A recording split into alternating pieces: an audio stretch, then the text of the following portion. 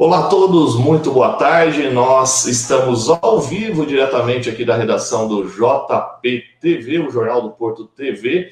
Agora são 15 horas e 20 minutos desta sexta-feira, dia 4 de setembro de 2020. Sejam todos bem-vindos, né? Esse é o canal do Jornal do Porto TV. A gente está compartilhando através das nossas mídias sociais também, né, essa entrevista. Sempre durante a semana a gente vai trazer as informações. O Paulo Carvalho já trouxe aí durante essa semana e hoje também algumas entrevistas, utilizando também esse nosso canal lá na Comunidade FM. E hoje, né, eu vou fazer a entrevista aqui dos estúdios do Jornal do Porto TV. E nessa sexta-feira nós temos o prazer, né, de conversar, né, nós estamos recebendo, de uma forma virtual, a live, né, nós estamos recebendo o Diego Morini, ele que é preparador físico da seleção brasileira de Taekwondo, e a gente convidou ele um pouquinho para conversar hoje a respeito, a coincidência, hoje é 4 de setembro, é comemorado aí o Dia Internacional, né, do Taekwondo, mas o Diego vai contar um pouquinho para a gente essa história. Diego, seja muito bem-vindo aqui na cidade de Porto Ferreira, né, interior de São Paulo. Seja bem-vindo à nossa entrevista aqui no Jornal do Porto TV. Pô, muito obrigado, foi um prazer aí para mim poder conversar aí com vocês. Muito bem, Diego, só para as pessoas conhecerem um pouquinho a sua trajetória, eu gostaria que, então, né, eu fiz um breve resumo, que você contasse, então, e você fizesse a apresentação aí para todos os nossos telespectadores. Legal. Na verdade, minha relação com o esporte começou quando eu tinha 9 anos, que eu comecei a treinar natação no Esporte Clube Corinthians, né? Aí eu treinei lá até meus 12 anos, competia, treinava, né? Aí depois eu parei, fiquei sedentário, e eu sempre gostei de desenho japonês, né? Aí minha mãe falou assim para mim, pô, cara, para de ficar sedentário aí, vai fazer alguma coisa, você gosta de luta, vai fazer uma luta. E eu tinha visto taekwondo nos Jogos Olímpicos, e aí eu comecei a treinar taekwondo por conta disso. Aí eu comecei com meus 13 anos de idade, e aí quando foi na época de entrar na faculdade, eu entrei na USP, né, na Universidade de São Paulo, e eu escolhi o curso de Educação Física, né, e eu sempre me interessei por essa parte de alto rendimento, de treinamento esportivo, e lá na USP eu também tive a oportunidade de entrar no grupo de estudo de lutas lá, que é comandado pelo professor Emerson Franchini, que é o maior pesquisador de lutas do mundo, né? E aí eu comecei a estudar a fisiologia de cada modalidade, entender como que deveria ser feita a preparação física de cada modalidade, e aí criou mais ainda a vontade de trabalhar com preparação física, né? Durante esse período que eu estava na USP, eu também tive a oportunidade de estudar na Universidade do Porto, em Portugal. Lá eu também competi, estudei viu taekwondo lá na Europa, como que era na época, então isso me agregou bastante coisa. E aí, quando eu me formei na USP, eu entrei como preparador físico no Esporte Clube Pinheiros, que é basicamente o clube mais olímpico do país, né? Se pegar no Rio de Janeiro, em 2016, o clube que mais colocou atletas lá foi o Pinheiros. E eu trabalhei 4 anos lá, então foi bem legal, porque eu tive uma experiência com um dos principais clubes que a gente tem, em termos de esporte olímpico. Então, trabalhei com diversas modalidades, tipo judô, polo aquático, natação. Então, foi bem ampla a minha visão, assim, mas eu queria trabalhar com taekwondo mesmo, né? Daí por isso que eu saí, vim abrir uma empresa, né, que é a Brasil Lutas, para tentar trabalhar mais com taekwondo, assessorar algumas outras modalidades de luta também. E hoje também sou preparador físico do NAD, do núcleo de alto rendimento da equipe de taekwondo lá. Aí nesse meio tempo eu também continuei me desenvolvendo do ponto de vista acadêmico, né? Aí eu fiz um curso de especialização no COB, no Comitê Olímpico do Brasil, de 2 anos, um curso bem legal, só para os principais técnicos, né, da modalidade na época. E a gente teve alguns intercâmbios ali, técnico da Espanha, técnico do Irã, e por conta do meu desempenho acadêmico nesse curso, eu recebi um convite para estudar nos Estados Unidos, um curso só para técnicos, para 30 treinadores de todo o mundo, representando 5 continentes, né, cada um de um país. Eu fiquei 5 semanas lá nos Estados Unidos e a gente tinha que voltar e desenvolver um projeto no Brasil. E aí que eu apresentei esse projeto para a Confederação Brasileira, que era uma sistematização de avaliações físicas, táticas, criação de um banco de dados para a Confederação. E esse projeto eu apresentei na Suíça, na sede do Comitê Olímpico Internacional, em 2018. E aí onde eu fui aprovado com honra, né? A gente podia ou não se formar, ou se formar com honra. Fui aprovado com honra aí nesse projeto. E basicamente por conta disso eu acabei me tornando preparador da seleção. Meio rápido aí, mas é mais ou menos isso. Entendi. Diego, as pessoas, como que você tem essa visão geral do taekwondo, desse esporte aqui no nosso país? Né? O taekwondo, ele é um esporte que ainda requer um fortalecimento, seja através de divulgação, de mídia. Como que você faz um resumo do taekwondo aqui no Brasil? Ó, eu vou fazer um paralelo do taekwondo com o judô, que é uma modalidade que eu tenho alguma experiência aí, trabalhei com judô durante bastante tempo. Todo o meu tempo que eu fiquei lá no Pinheiros, eu também trabalhei com essa modalidade, minha orientadora é dessa modalidade, então eu conheço um pouco do judô. E a gente tem uma diferença grande, porque a gente não está inserido nos grandes clubes, né? Então, você pega o judô, ele tem duas coisas que são básicas. Assim. Primeiro que o taekwondo ele está nas escolinhas, mas a massificação do judô é muito maior. Normalmente, você pega qualquer escolinha de criança, vai ter balé para as meninas e judô para os meninos, sabe? Então, você tem uma massificação muito maior da modalidade e para o alto rendimento ele está inserido nos grandes clubes do país. Então, você pega, por exemplo, Esporte Clube Pinheiros, Minas Tênis Clube, Sojipa, Reação. Então, você tem grandes clubes onde o taekwondo está inserido. Então, você ser técnico de alto rendimento na modalidade é, de fato, uma profissão, né? Você pode se pleitear. Lógico que não abre uma vaga no alto rendimento todo dia, mas existe essa possibilidade de você, de fato, sobreviver do alto rendimento.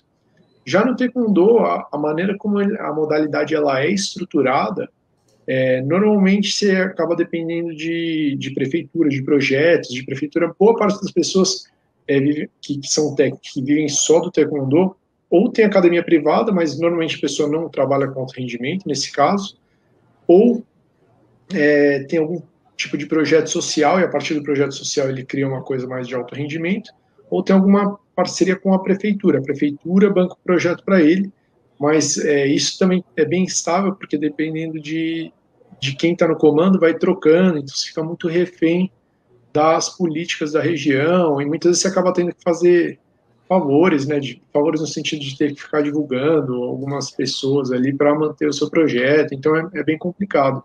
Mas eu vejo que é basicamente essas três formas assim de se manter como técnico, né? Não como atleta. O atleta tem outras possibilidades, mas como técnico, basicamente tem essas três formas. Então isso acaba diferenciando um pouco o taekwondo de modalidades como o judô, que já estão mais bem estruturados e estão inseridos nos grandes clubes. Estar ou não nos grandes clubes, eu acho que faz muita diferença. Entendi, mas você vê como um potencial, inclusive, se houver um empenho maior, ou as políticas públicas de incentivo, né? Não sei se você teve contato com várias outras cidades, no sentido de, aqui mesmo na nossa região de Porto Ferreira, né? Praticamente região central aqui do estado, o taekwondo regional é muito forte, né? Talvez o que acontece regionalmente acaba não refletindo nas grandes cidades, como por exemplo São Paulo, né? Onde tudo, né, acontece, mas o taekwondo em matéria regional ele acaba se fortalecendo um pouco mais, né, em competições regionais, em divulgações regionais, né, e acaba não chegando essas informações às vezes, né, para São Paulo, as grandes metrópoles onde tudo acaba acontecendo, né. Quando você começou a trabalhar com taekwondo na seleção brasileira, né, como você explicou, essa sua trajetória, né?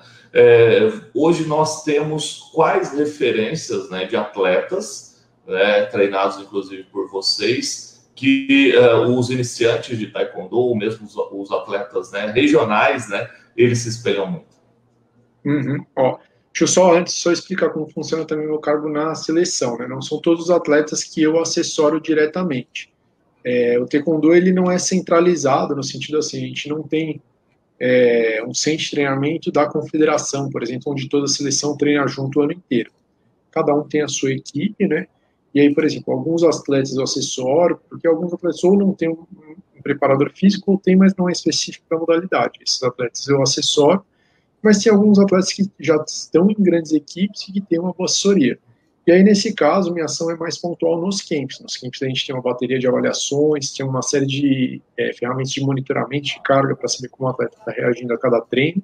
E a gente faz todo um relatório para entregar para a comissão pessoal do atleta para saber, ó, eu acho que o treino deveria ser direcionado mais para isso, mais para aquilo, e aí a comissão do atleta, ela realiza. Então, só para não, às vezes eu vou citar alguns atletas para não parecer que eu trabalho diretamente com esses atletas, porque isso pode me causar algum problema. Só deixar claro como que funciona, né? Não é porque eu sou preparador de seleção que eu atuo diretamente com todos os atletas, porque eles têm as equipes particulares deles. Dito isso, a gente tem hoje 3 atletas classificados para os Jogos Olímpicos e 3 atletas classificados para os Jogos Paralímpicos. Então, às vezes, para quem não é da modalidade pode achar pouco, mas tecnicamente no Taekwondo você não consegue qualificar mais do que 4 atletas. Então, o Taekwondo é uma das modalidades mais difíceis de se qualificar para os Jogos Olímpicos. Eu vou te explicar o porquê. Para o Mundial, a gente tem 8 categorias de peso masculino e 8 categorias de peso feminino. Para os Jogos Olímpicos, a gente só tem 4 de peso masculino e 4 feminino. Então, assim, já reduz na metade as chances de você qualificar.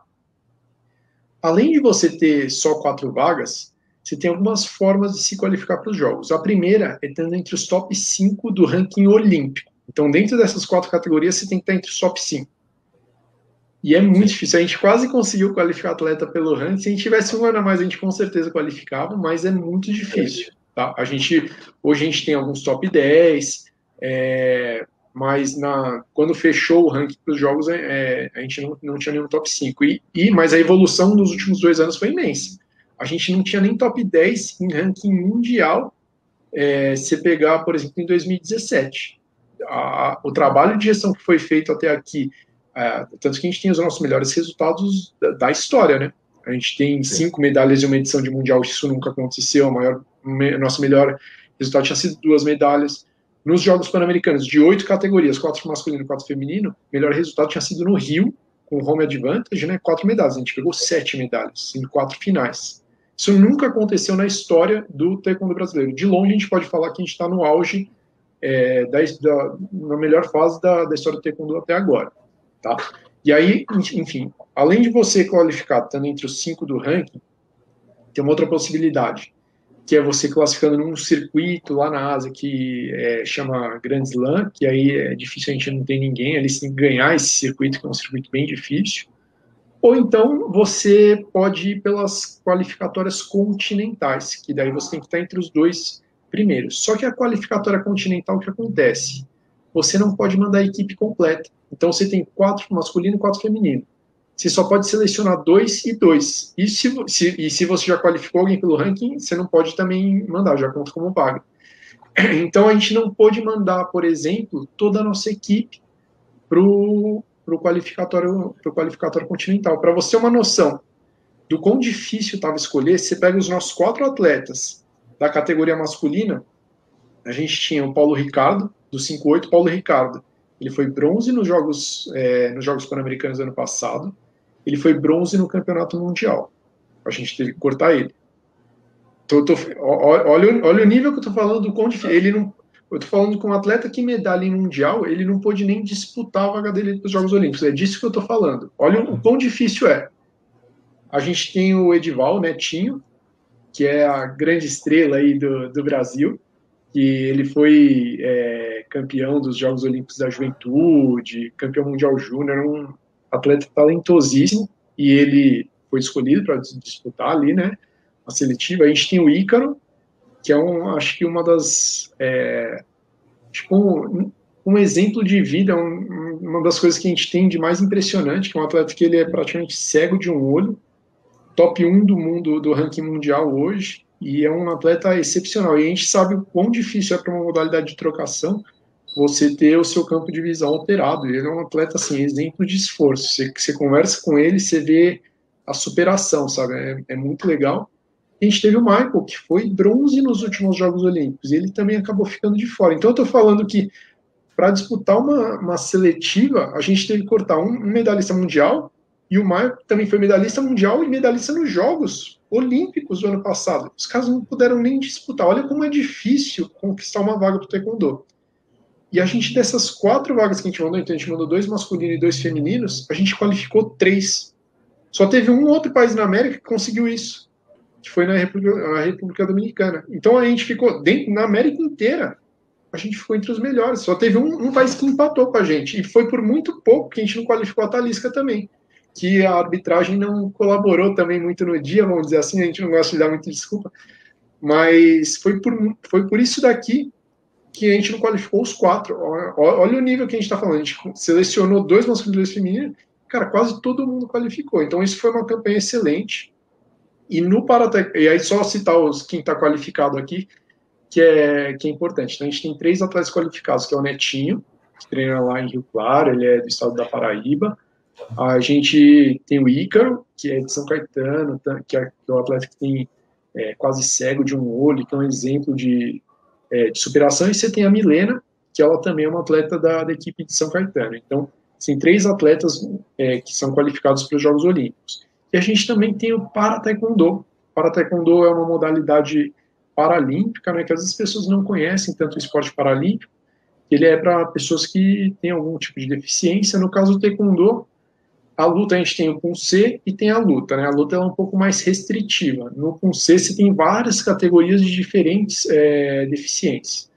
Na luta e na luta paralímpica, aqui você tem já mais restrições. Que no caso, se a pessoa ou não tem um braço ou tem algum tipo de paralisia, e aí nesse caso a gente tem a Débora, que por um acaso é minha atleta de taekwondo, aí não só com preparação física, mas sou técnico dela, ela foi a única atleta que qualificou pelo ranking, então juntando tanto para quanto o convencional, ela é a única atleta que qualificou pelo ranking, ela não precisou nem disputar a seletiva continental. Aí a gente tem a Silvana, que é uma atleta da Paraíba, também que está qualificada, uma menina nova, muito bem assessorada, faz um trabalho bem profissional lá. E a gente tem o Natan, que é atleta aqui da Praia Grande, Santos, é aluno do mestre Rodney, que é coordenador da seleção júnior, também faz um excelente trabalho. Então, assim, a gente tem... E no Para também poderiam ter 4 atletas, e qualificou 3. Então, assim, você vê que é uma questão de estrutura mesmo. A gente nunca teve tão bem, porque são atletas de diferentes equipes, porque se fosse todo mundo só de uma equipe, você pode falar, não, é mérito só daquela equipe, mas a gente tem diferentes atletas de diferentes lugares, tanto do para quanto do convencional, e que vem trazendo bons resultados, né? Melhores do que nunca na história. Entendi. Diego, um atleta, quando ele inicia na prática do taekwondo, né? A partir de quanto tempo de treinamento você consegue ter esse olhar clínico para você ver que aquele atleta vai despontar? E que ele vai despontar.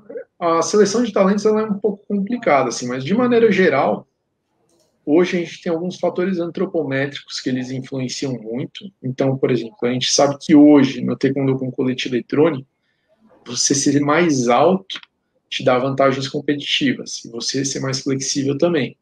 Isso são características que muitas vezes as pessoas que têm projeto social, que têm uma massificação grande, já conseguem identificar. Então, atletas que têm mais ou menos essa característica antropométrica, que é coisa parecida que ocorre no vôlei ou no basquete, que as características antropométricas são fundamentais para a seleção de talento. Mas, obviamente, a gente tem pessoas com estatura menor que competem também, mas, de uma maneira geral, a estatura dos atletas que estão chegando na seleção, ela está aumentando, os atletas estão ficando mais altos, inclusive na seleção júnior. Você pega a seleção júnior esse ano, infelizmente foi cancelado o Campeonato Mundial Júnior, mas a gente teve um masculino que a gente nunca teve um masculino tão alto, tirando uma outra categoria, a maioria dos atletas muito altos.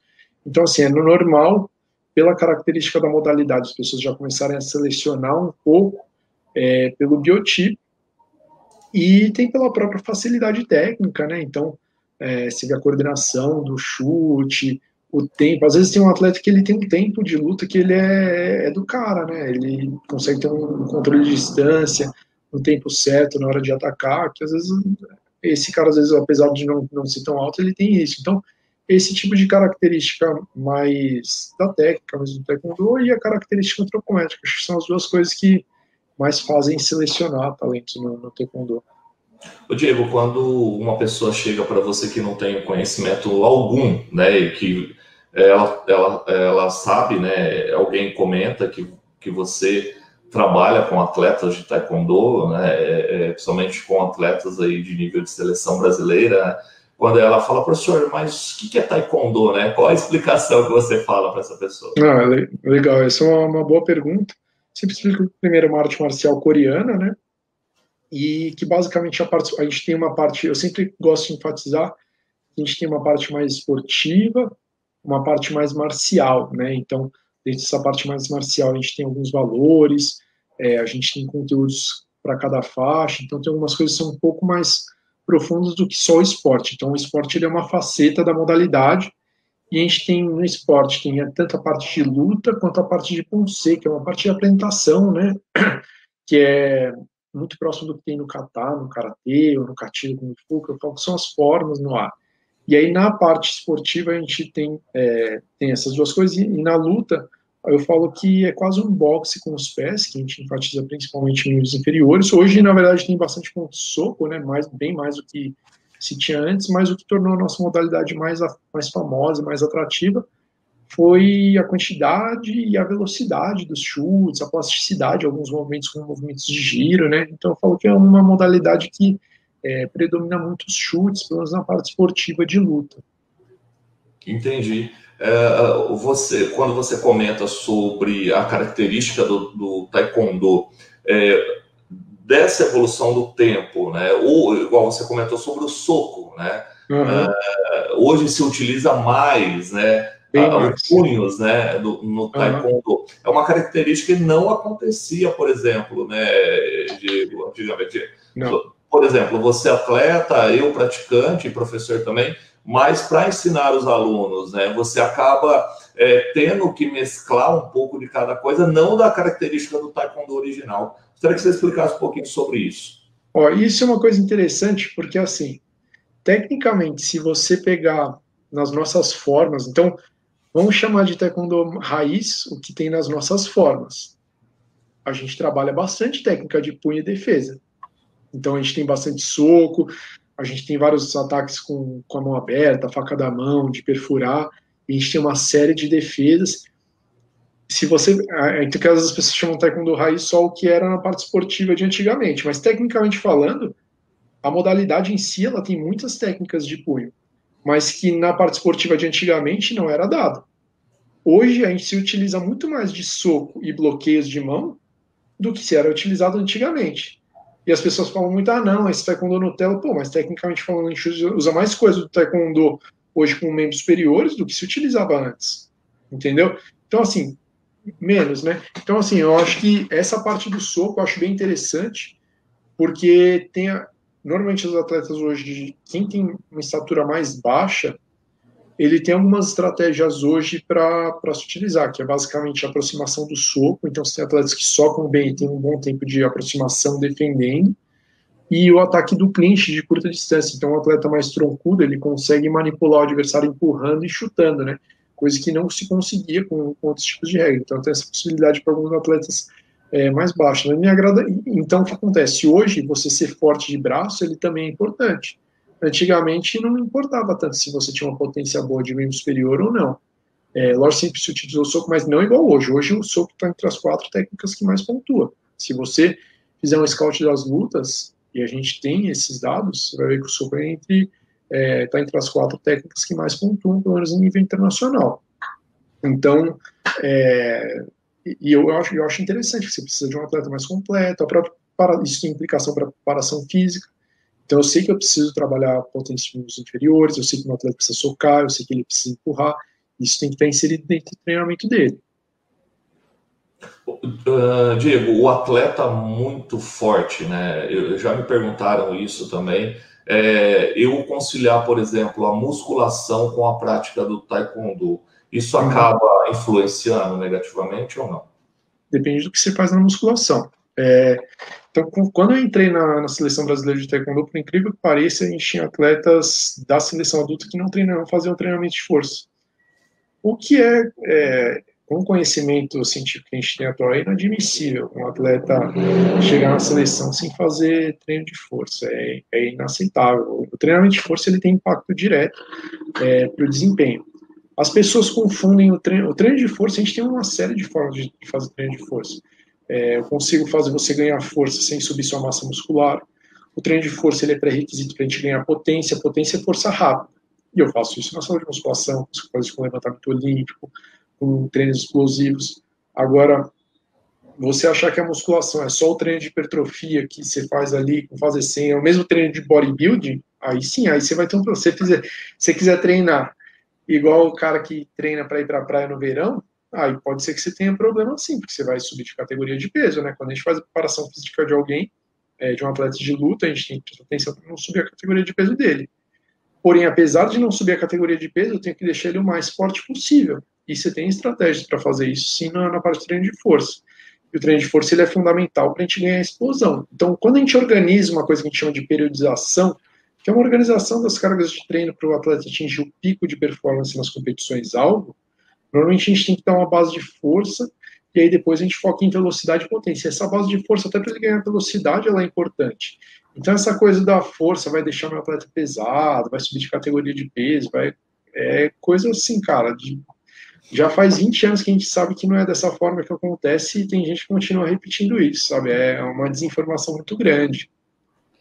Entendi. Bom, agora são 15 horas e 45 minutos. Vocês que estão acessando neste momento, né, o nosso canal e o Jornal do Porto TV, a gente está num bate-papo aqui com o Diego Morini, ele que é preparador físico, né, da Seleção Brasileira de Taekwondo. A gente está batendo um papo sobre esse esporte. Diego, eu vou te pedir licença um pouquinho, né, para você tomar uma água aí. Eu vou anunciar aqui, né, vou mandar os abraços aqui. E aí eu já volto a falar com o Diego, né? Deixa eu mandar também boa tarde aí às pessoas que estão, né, conosco. O Vinícius, né? Deixa eu mandar um abraço para o Vinícius que está acompanhando. Ô, Vini, obrigado por estar acompanhando, né, nessa tarde essa entrevista, né, aqui diretamente da redação do Jornal do Porto TV. As pessoas que estão entrando também nessa live, se quiser deixar o seu recado, o seu comentário, ou mandar um alô, ou mesmo falar, né, de onde você está assistindo, está nos ouvindo, eu vou registrar também a participação de vocês aqui nessa tarde de sexta-feira. Bom, lembrar a todos que já está nas bancas, né, a edição do Jornal do Porto deste final de semana, com as principais manchetes, né, nós temos aqui várias manchetes, né, traz a principal delas, os maiores gastos do município são com hospital e testes. Documentos também discrimina doações, né? A edição deste final de semana do Jornal do Porto. Também temos aqui, né, o Detran em Porto Ferreira volta a funcionar no final de outubro, junto com o novo poupa-tempo. Então, muitas pessoas têm perguntado sobre documentações de veículo, habilitações, etc., né? O Jornal do Porto deste final de semana está trazendo essa informação e um novo local aonde vai funcionar o novo Detran aqui na cidade de Porto Ferreira, inclusive com os horários de funcionamento. Entre essas e outras, várias outras notícias que vocês podem encontrar na edição deste final de semana do Jornal do Porto, já nas bancas. Eu estava conversando aqui com o pessoal da redação, estava conversando aqui com o pessoal da gráfica, né? Então, o jornal já está aí nos pontos de entrega aí da cidade. Também você que ainda não é assinante do jornal, você pode entrar em contato conosco ou mesmo ligar aqui na redação para você fazer a assinatura do seu jornal e receber aí na sua casa, no seu trabalho, né, todas essas informações do Jornal do Porto. Muito bem, vamos conversar de novo aqui com o Diego, né? Diego, deixa eu só liberar o seu microfone aqui para você poder falar. Bom, nós comentamos aí sobre o seu trabalho, comentamos também sobre o Taekwondo de forma geral. Vou comentar um pouquinho, né, nessa área de Taekwondo para criança. Muitos pais pensam que é um esporte violento, que, né, por causa dos chutes, dos giros, né? O que você pode orientar os pais a respeito do Taekwondo? Nós chamamos aqui de Taekwondo Kids, né? Como que você pode orientar os pais no desenvolvimento infantil, né, da criança a respeito do Taekwondo? Aqui tem bastante coisa interessante, esse assunto bem legal, me interessa bastante esse tipo de assunto. Antes de falar do próprio Taekwondo Kids, eu queria falar de uma característica da própria faixa etária. Quando a gente pega crianças e deixa o brincar livre, então deixa ela brincando de maneira geral.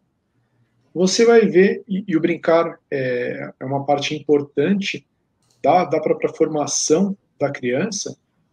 Você vai ver que uma das quatro atividades que ela mais vai fazer vai ser atividades turbulentas. Então, você vai ver manipular, correr, mas você vai ver também atividades turbulentas. De uma maneira geral, em qualquer cultura, você vai ver que as crianças elas fazem atividades de oposição, atividades meio que de pequenas lutas. Isso faz parte da nossa formação como ser humano mesmo. Obviamente, a gente tem que controlar para que elas façam isso de uma forma relativamente segura, né? Mas isso faz, mas dito isso, isso faz parte da natureza humana. Então, você lidar com situações de oposição, isso faz parte da sua formação. E eu até brinco que tem algumas coisas que deveriam ser básicas para todo mundo. Qualquer pessoa, qualquer ser humano deveria saber fazer, que é correr, saltar, nadar e lutar. Então você precisa conseguir essas quatro coisas. Pô, cara, você precisa correr de um cachorro, subir no muro, você precisa conseguir fazer isso, cara. Se tiver uma desavença, se tiver que proteger alguém, você deveria conseguir se proteger ou se defender, ou defender aqueles que você preza, ou se você cair no rio, você tem que conseguir nadar. Então a gente tem algumas atividades que eu considero básicas para o ser humano. Então, dito isso, eu vou falar do taekwondo agora. Então, porque às vezes as pessoas elas têm uma visão muito superficial. Pô, será mesmo que não deixar o garoto, não ensinar nada de oposição para o garoto, será mesmo que é a melhor estratégia? Será que estou formando um cidadão melhor dessa forma? Eu tenho minhas dúvidas. Então, o repertório motor ele é fundamental. Então, a criança tem que passar por diferentes atividades. E uma das coisas que ela deveria aprender são atividades de oposição de fato. E o taekwondo, em específico, ele tem uma série de benefícios que são características da própria modalidade. Então, primeiro que a gente vai trabalhar essas atividades de oposição, mas junto com uma série de regras, com uma noção de hierarquia, com uma noção de que você tem que ter horário para entrar, horário para sair, com uma noção de que para sair do tatame você precisa pedir para o professor.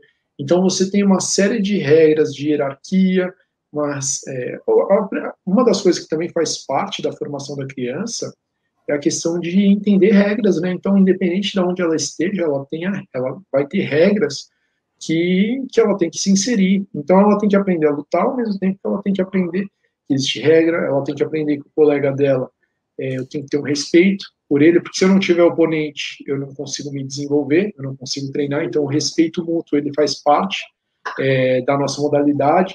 E são valores que as artes marciais trazem. Outras modalidades não vão ter isso tão intrínsecas, tão inseridos. E sem contar os próprios valores. Se você vai numa academia de taekwondo, você vai ver bandeira do Brasil, bandeira da Coreia, e a gente tem um juramento ali. Então, todo final de aula, a criança tem que ler aquele juramento, que são algumas regras básicas da modalidade e que fazem parte dos nossos princípios. A gente também tem o que a gente chama de espírito do taekwondo, que são alguns valores que são intrínsecos da modalidade, que é basicamente cortesia, integridade, perseverança, autocontrole e espírito indomável. Isso faz parte da filosofia da modalidade. Então, a modalidade ela tem uma série de valores que são intrínsecos a ela e que são importantes para a própria formação. E aí, para além disso, às vezes as pessoas querem um pouquinho mais, queria que o meu filho disputasse algum tipo de festival, lutasse. A gente tem algumas coisas que a luta em si, então, você ir para um festivalzinho, ou a própria luta aqui, ela traz alguns benefícios que outras atividades não trazem, que é o quê? Você tem que pensar rápido. O brasileiro, de maneira geral, ele tem uma questão de situação de oposição, às vezes ele se amedrontar, e na luta você tem que aprender a se manter firme com o seu adversário. Então, em situações de oposição, você conseguir se manter firme, ao mesmo tempo que você tem que tomar decisões rápidas, as decisões têm que ser táticas, elas têm que ser estratégicas. Isso é uma coisa importante. Em uma situação de pressão, em uma situação que você tem que tomar decisões rápidas, a minha decisão tem que ser certa também. Então você vê como são várias coisas que são únicas do taekwondo, e algumas outras lutas têm essas características também, mas olha como é importante uma série de benefícios que vão ajudar a fazer me tornar um ser humano melhor, independente se você vai ser um atleta, se você não vai ser um atleta, isso é indiferente. Mas esses benefícios eles são interessantes, né? Diego, existe uma idade certa para a prática do taekwondo ou não? Aí depende muito das turmas, do jeito que é estruturada a aula. Então, o taekwondo, eu não posso ensinar o taekwondo, não posso passar o mesmo treino que eu passo para a Débora aqui, por exemplo, que é campeã mundial de para taekwondo, vai para os Jogos Olímpicos, e passar o mesmo treino para uma criança de 6 anos. São características diferentes. Então, a gente tem aulas que são estruturadas muitas vezes baseadas em faixas etárias, e aí o próprio professor ele dita qual é essa faixa etária, qual é apropriada. E para isso você também precisa de um professor que seja formado, que entenda as características da formação, né? Então, cada idade, então a gente tem a primeira infância, a segunda infância, a gente vai ter características diferentes do ponto de vista cognitivo, do ponto de vista atitudinal, então isso tem que estar intrínseco dentro das aulas. Então o programa ele tem que ser feito para aquelas faixas etárias, né? Pelo menos do ponto de vista ideal, esse seria o que deveria acontecer. De uma maneira geral, a gente vê pessoas entrando ali com 5, 6 anos, enfim, normalmente as idades mais novas, normalmente que aderem a programas de Taekwondo Kids, pelo que eu vejo por aí. Eventualmente pode ter uma diferença, mas aí vai variar de como o professor estrutura, né? O ponto é que a aula tem que ser adaptada para aquela faixa etária. Então, ela tem que atender às necessidades da formação daquela faixa etária, né? Isso que é o mais importante. Diego, falando sobre crianças, né, a idade e o taekwondo para mulheres. Uhum. O que você pode... Taekwondo para mulheres também é bem interessante. Na verdade, assim, eu quando eu treino para homem, para mulher, eu até nem... Porque acho que muitas mulheres acabam perguntando, mas eu vou saber me defender se alguém for me assaltar. Então, acho que é interessante ouvir isso. Tá. Eu tenho uma opinião muito pessoal em relação também à questão de defesa pessoal, né? Por exemplo, para defesa pessoal, a aula ela precisa estar mais estruturada com esse objetivo. Normalmente, todas as aulas que eu tenho aqui na academia, que eu dou de taekwondo, normalmente não é muito focada na parte de defesa pessoal. E quando eu falo defesa pessoal, não é só aquela questão que a gente apresenta em exame de faixa, né? De, se o cara vier fazer isso, você faz isso. Porque, de verdade, a chance de você conseguir se defender fazendo isso, na minha opinião, ela é muito baixa. Aqui eu posso tomar umas porradas aí depois de muita gente. Mas, normalmente, a questão, por exemplo, na luta, eu ensinar alguém a chutar raquete não quer dizer que a pessoa vai conseguir lutar. Tem uma distância muito grande de você chutar raquete e você conseguir aplicar esse chute na hora da luta.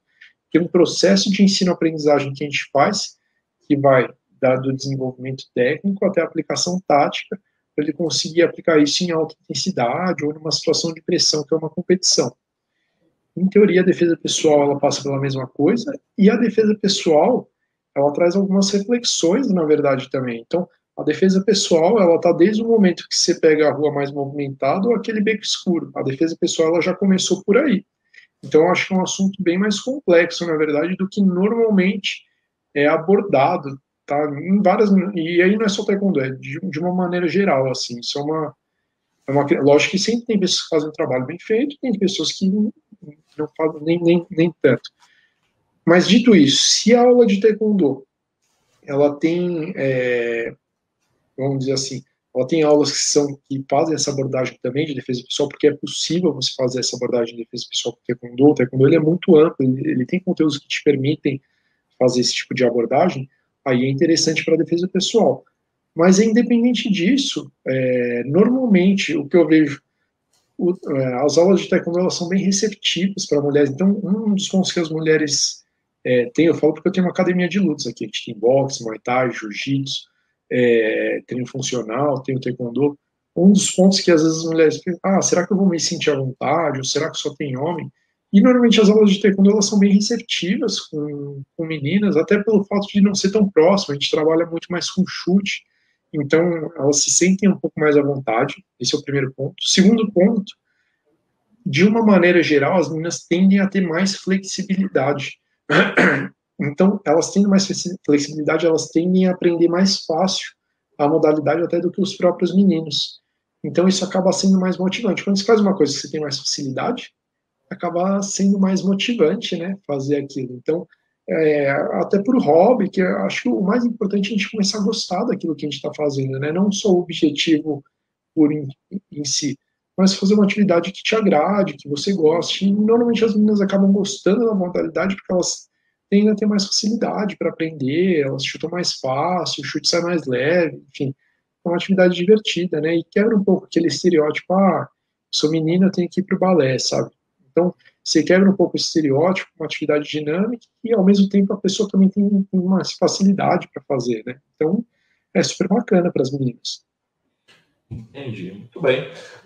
Diego, eu tenho acompanhado algumas notícias suas, né, através das mídias sociais, né, e você acaba também, eu gostaria que você falasse sobre essa metodologia que você tem adotado sobre treinos, né, você tem cursos, né, queria que você falasse a respeito dos seus cursos, aí se é só pro praticante aí de taekwondo, ou pessoas, olha, eu gostei, eu gostaria de ter mais informações. Como que são esses cursos que você ministra?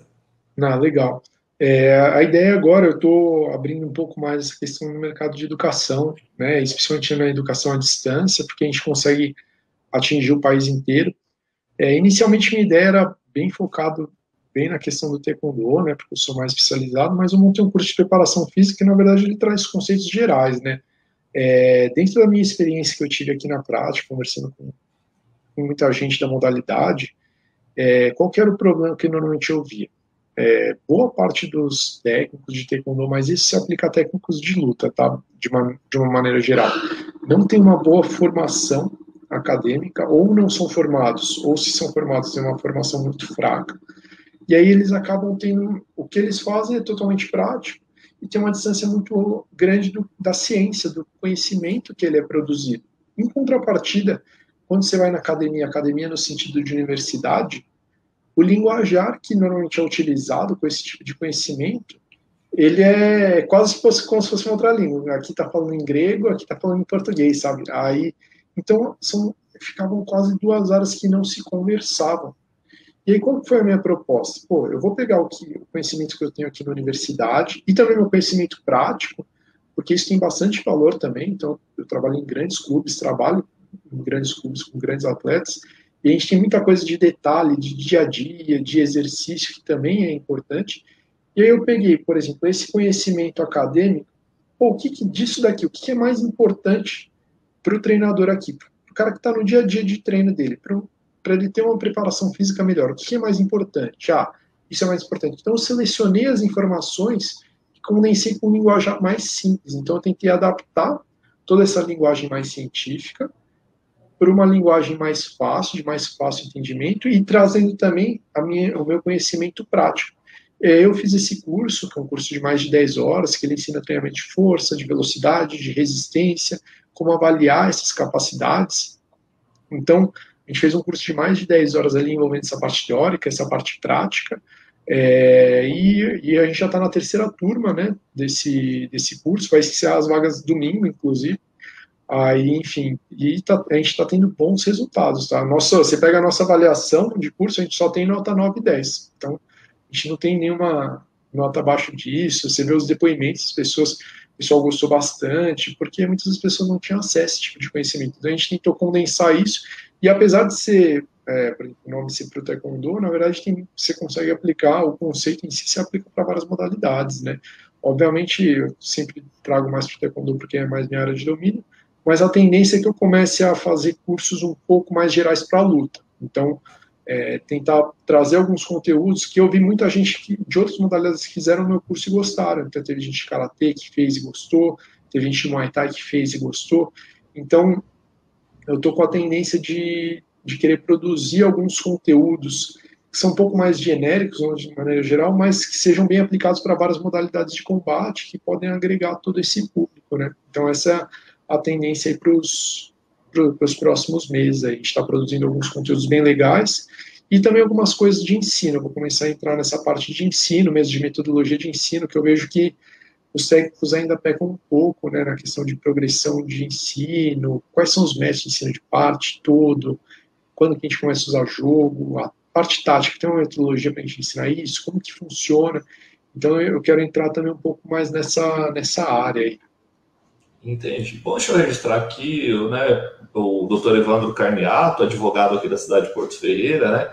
boa tarde, parabéns, Osni, ele também, né, apresenta aí durante toda a semana, tem um programa também na Comunidade FM, né, empreendedorismo, né, então mandar um abraço aí para o doutor Evandro Carniato acompanhando essa entrevista com o Diego Morini aqui no JP TV. Diego, as pessoas que quiserem obter informações a respeito, né, dos seus cursos, a respeito informações sobre você mesmo, como que elas podem fazer? Elas assistiram, olha, me interessei, eu quero saber como que as pessoas podem procurar ou entrar em contato. Acho que primeiro pelas minhas redes sociais, né? Meu Instagram é Diego_Souto_Morini. Meu Facebook também é Diego Souto Morini. E tem o meu canal no YouTube, que é Brasil Lutas, né? Que é o nome da minha empresa, da minha academia. E eu tento produzir, toda semana a gente produz vídeos de conteúdos de dicas de treinamento. Eu sempre produzo bastante conteúdo nesses canais. Tem também um programa de entrevista que eu trago pessoas não só do Taekwondo, como pesquisadores de lutas, bem focado em lutas, né? E nessa parte de treinamento. Então, pessoas de educação física, de maneira geral, tendem a ter um bom interesse nesse tipo de programa, e para quem é das lutas também. Então, quem quiser saber mais, quiser ir, é só me acompanhar nas redes sociais, YouTube, Instagram. Ok. Diego, infelizmente somos reféns do tempo, né? Nós temos que prosseguir com a programação aí do Jornal do Porto TV, então a gente gostaria de agradecer, né, pela sua participação aqui no Jornal do Porto, na cidade de Porto Ferreira, agradecer e desejar sucesso para você, toda a equipe, parabenizar também pelo trabalho, né? E dentro de, quando sempre tiver informações referentes aí ao Taekwondo, né, você pode entrar em contato comigo, a gente ter o espaço aberto, inclusive, né, por eu estar na área também é mais fácil na divulgação, né, e quem sabe o ano que vem esperamos uma visita sua aqui na minha academia. Pô, show de bola, só marcar aí. Eu agradeço, muito obrigado pelo convite e pelo espaço aí para ouvir falar essas besteiras aqui. Deixa eu mandar um abraço também, né? Não posso esquecer, né? O Saboninho Luiz Carlos de Oliveira, meu mestre lá na cidade de Pirassununga. Conhece Pirassununga, Diego? Já ouviu falar? Cara, nunca fui lá, nunca fui lá. Já ouvi falar, né? Tem universidade pública lá, mas eu nunca fui para lá.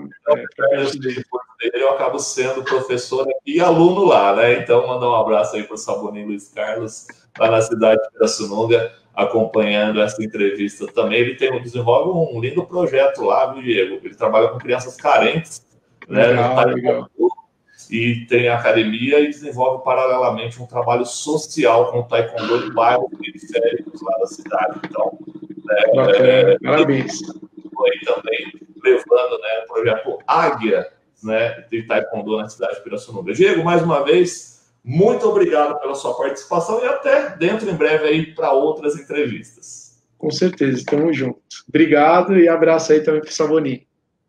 Ok, então, a todos vocês que acompanharam essa entrevista nesta tarde de sexta-feira aqui no JP TV, agradecer, né, a sua audiência e na próxima semana nós voltaremos com outras entrevistas. E lembre-se, né, não se esqueça aí, o Jornal do Porto já nas bancas, né, você pode adquirir seu jornal. Eu coloquei aí também para vocês, né, aí na tela, a assinatura do jornal, né, você pode entrar em contato aqui com a redação 3581-1227. A gente vai pegar seu endereço e a gente vai começar, né, entregar o jornal aí na sua casa. A todos vocês, muito obrigado, Deus abençoe e até a próxima semana com mais uma entrevista aqui no Jornal do Porto TV.